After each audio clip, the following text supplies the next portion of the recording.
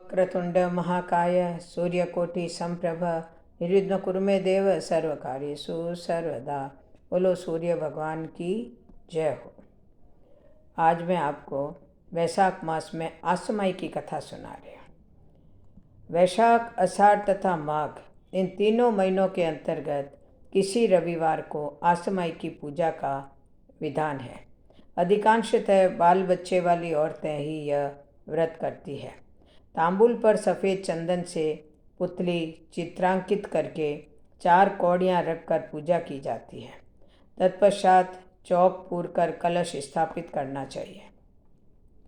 उसी के समीप में ही काष्ठ फलक पर आसमाई को स्थापित करना चाहिए। पूजन के बाद पंडित 12 गोटियों वाला मांगलिक सूत्र व्रतकर्ता को देता है। भोग लगाते समय भी वह सूत्र पहनना चाहिए। पूजा की कौड़ियाँ रख ली जाती है। अब इसकी एक कथा है। एक राजा के इकलौता तथा बड़ा ही उपद्रवी राजकुमार था। माँ बाप को प्यारा होने के कारण वह मनमानी कार्य करता। वह प्राय पनघटों पर बैठकर पनिहारियों की गागर गुलेल से फोड़ डालता था। यह शिकायत राजा तक पहुँची। उन्होंने आज्ञा निकाल दी कि मिट्टी का घड़ा लेकर कोई पनघट पर न जाए। सभी स्त्रियां मान गई तथा वे पीतल व तांबे के घड़ों में जल भरने लगी। इसके पश्चात उस राजकुमार ने लोहे तथा शीशे के गुरों से घड़ा फोड़ने की क्रिया पूर्ववत चालू कर दी।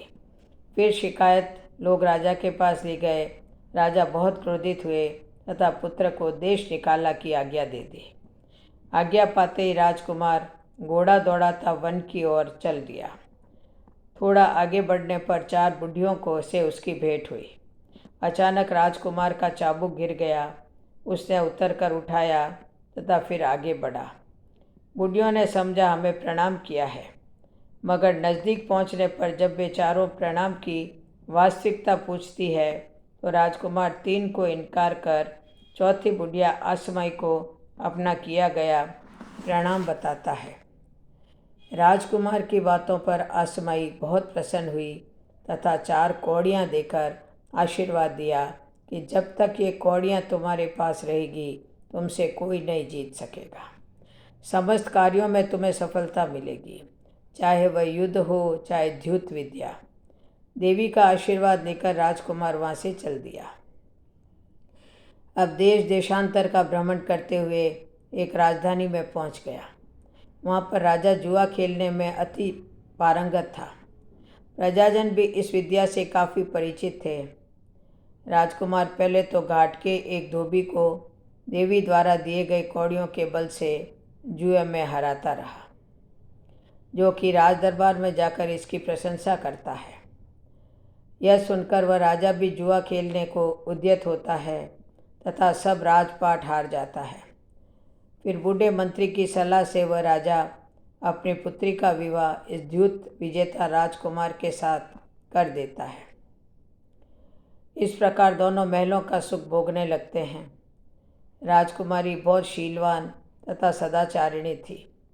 महल में सास ननद के अभाव में वह कपड़े की गुड़ियों द्वारा सास ननद की परिकल्पना करके उनके चरण को आंचल पसार कर छूती तथा आशीर्वाद लेने लगी।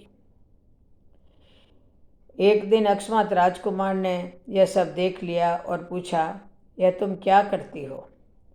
तो राजकुमारी ने बताया कि स्तरयोचित धर्म का पालन करती हूँ। यदि मैं आपके घर में होती तो मुझे प्रत्यक्ष सास ननद के दर्शन होते, परंतु यहाँ प्रति स्वरूप ही धर्म का पालन कर रही हूँ।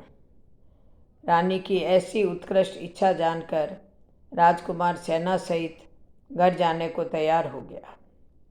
जब नई नवेली के साथ राजकुमार पिता की राजधानी को पहुंचता है तो वियोग के कारण निरंतर रोने से माँ बाप को नेत्र विहीन पाता है। पुत्र का समाचार पाते ही राजा रानी अत्यंत प्रसन्न होते हैं तथा कुल मर्यादा के अनुसार वर वधू महल में प्रवेश करते ही बहू सास के चरण छूती है।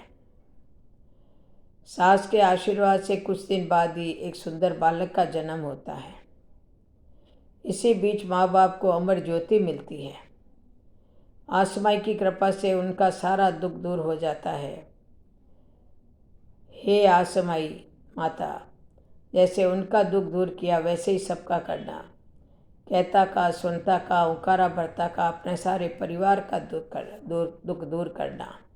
बोलो आसमाई माता की जय हो, मातेश्वरी की जय हो। जय जय श्री राधे, जय जय श्री कृष्ण, जय जय श्री राधे, जय जय श्री कृष्ण।